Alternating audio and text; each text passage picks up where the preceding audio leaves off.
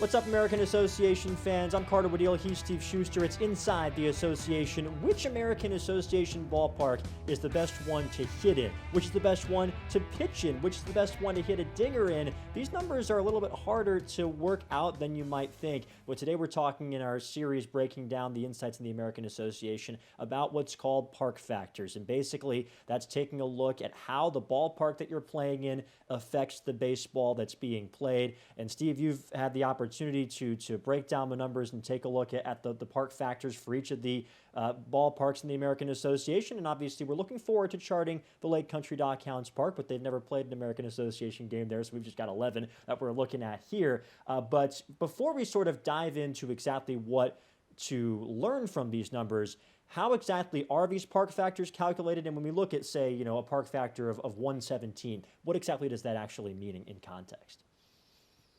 Yeah, believe it or not, the formula for the park factors is actually really simple compared to some of the other metrics that we've looked at. And essentially, you just pick a particular offensive number. I think the one that probably gets the most attention is home runs.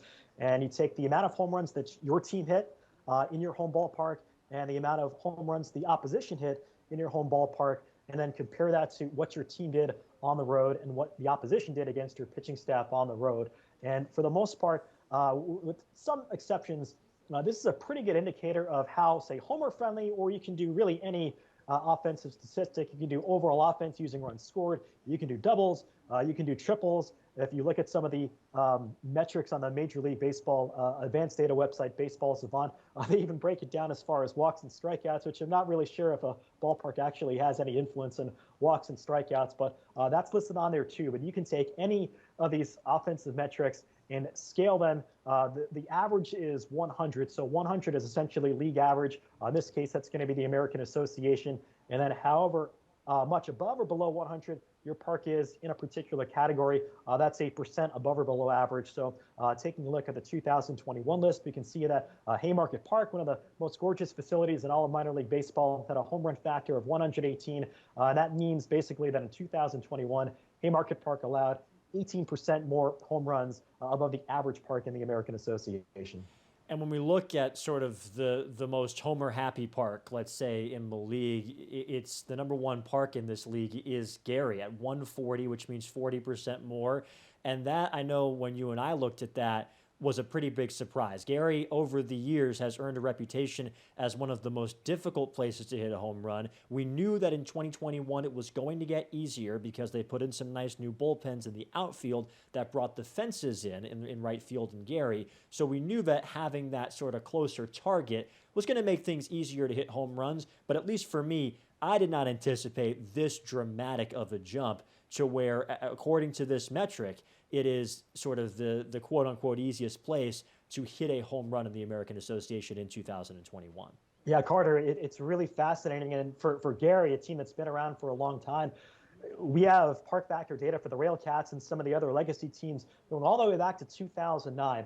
And Gary consistently from 2009 when they were in the Northern League and all the years they've had in the American Association, it's not only been a tough park for home runs, but they have literally been the U.S. Steel Yard has been the toughest park to hit home runs. There was a variety of reasons for that. One, the park was huge, a lot of ground to cover in the outfield. The fences were very deep. On top of that, the fences themselves in the outfield were extra tall. It was anywhere from 16 to 20 feet high from foul pole to foul pole, so hitters had to contend with a larger fence. And of course, the ballpark is located less than a mile away from Lake Michigan, and for whatever reason, it seemed like 8-9 days out of 10, the wind always seemed to be blowing in. So all those factors combined just conspired to make it really tough for both left and right-handed batters to leave the yard. But as you alluded to, Carter, the Railcats, just to make things a little more convenient for the pitchers, they installed these beautiful new bullpens in right and right center field, which had the effect of actually moving the fences in about 18 to 20 feet. It was a lot easier. I don't think any of us expected it,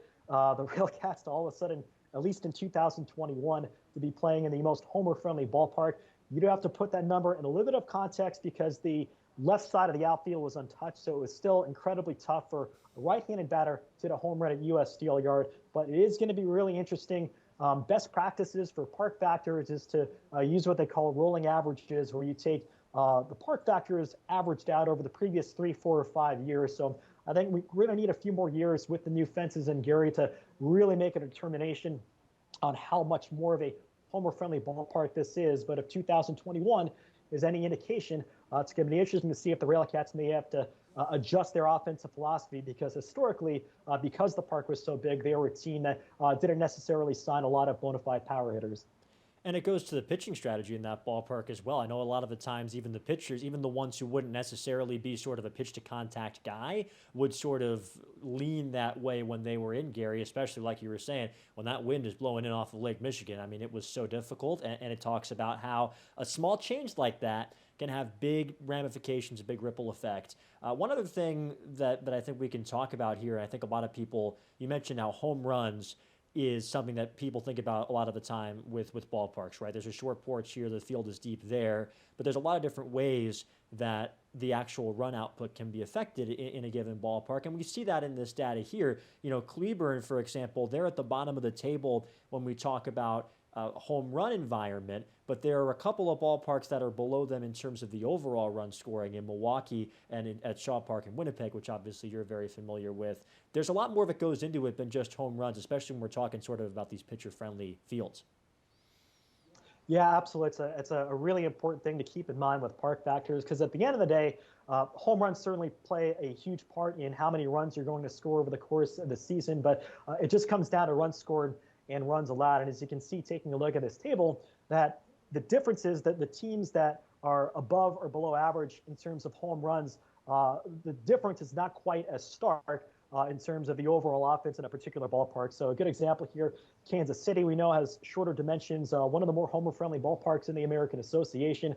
2021, the Monarchs had a park factor for home runs of 120, so 20% above the average American Association park for power. But really, in terms of total offense, they weren't that much of a they weren't that much more above average, coming in at 106. So in terms of the total number of runs scored at Legends Field, they were just 6% above average. I think a big reason for that, there are a lot of different theories and a lot of things that might go into that. But one of the main, I think the prevailing theory is that the parks that do yield a lot of home runs, that have the shorter fences, they're essentially turning doubles into home runs. And while a home run is certainly a better result than a double in its own right is still a very good result. And then likewise, for the more pitcher-friendly ballparks, you're not turning what would have been a home run into a single. Maybe that just turns into a double off the wall or off the warning track. Certainly some of those are outs that get turned into home runs, or home runs that get turned into outs, which have a much larger effect. But that's the main reason why you don't see as much of a difference or too much deviation in terms of the overall offense, the park factor for runs, as you might see for the park factor for home runs. And there are variations in even the smaller statistics as well. There are some ballparks where the home run is easier, but the double is harder to get, and how effective an extra base hit can be is really important. But really interesting to dive into that data and take a look. And we've talked a little bit about this, right? But if you're a manager, let's say, and you're looking at this table, what speaks out to you? How do you use this data? And how can fans sort of look at this data and inform them when they're maybe watching their team play on the road on AABaseball.tv and they're trying to size up the ballpark?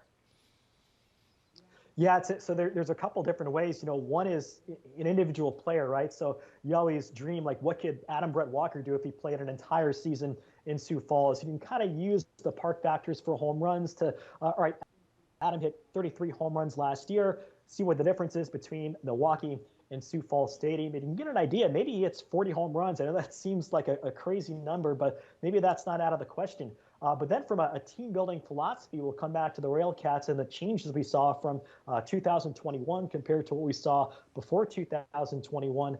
The Railcats have had a lot of success over the years with pitch-to-contact type guys, maybe fly ball pitchers that had a lot of success at U.S. Steel Yard, that maybe that type of profile won't be as successful at the Steel Yard moving forward. So it'll be interesting to see. And I know the Railcats probably utilize analytics as much as any team in the American Association, with the opportunity to actually see these specific numbers and the changes with the fences coming in, if that does affect the types of pitchers that they're going to go after. That's Steve Schuster. I'm Carter Woodiel. We are looking forward to 2022 in the American Association, and this has been Inside the Association.